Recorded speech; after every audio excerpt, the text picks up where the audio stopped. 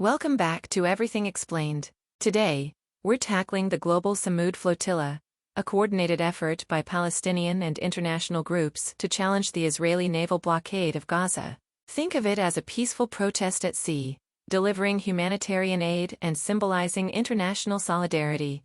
Gaza has been under a strict Israeli naval blockade for years, restricting the movement of goods and people. Israel justifies this as a security measure, preventing the smuggling of weapons and materials that could be used to build rockets and attack Israeli civilians. They argue that Hamas, the governing body in Gaza, uses civilian infrastructure to launch attacks, making it necessary to tightly control the flow of goods into the territory. This control extends to building materials, crucial for rebuilding homes and infrastructure damaged during conflicts. Critics, however, call the blockade collective punishment, arguing that it disproportionately affects the civilian population, restricting access to essential goods like food, medicine, and building materials. They point to the high rates of poverty, unemployment, and malnutrition in Gaza as direct consequences of the blockade. International humanitarian organizations have repeatedly raised concerns about the impact of the blockade on the health and well-being of Gazans, highlighting the difficulties in accessing adequate healthcare and essential supplies.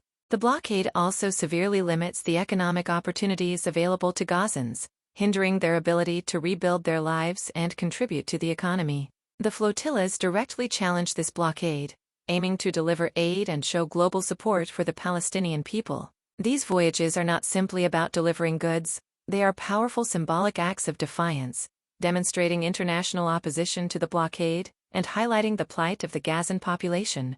The participants, often including activists from various countries, risk arrest and detention to convey their message of solidarity and demand an end to the blockade. The humanitarian aid delivered includes essential supplies such as food, medical equipment, and building materials, addressing the immediate needs of the Gazan population. These voyages often meet resistance from the Israeli Navy, leading to confrontations. The most infamous incident was the 2010 Mavi Marmara raid, where Israeli commandos boarded the Turkish-flagged ship, resulting in the deaths of several activists. This event brought the issue to international attention, sparking widespread condemnation and raising questions about the legality and proportionality of Israel's actions. The incident highlighted the inherent risks involved in these flotillas, underscoring the commitment and determination of the participants. Smaller flotillas continue these efforts, highlighting the movement's persistence and unwavering commitment to challenging the blockade.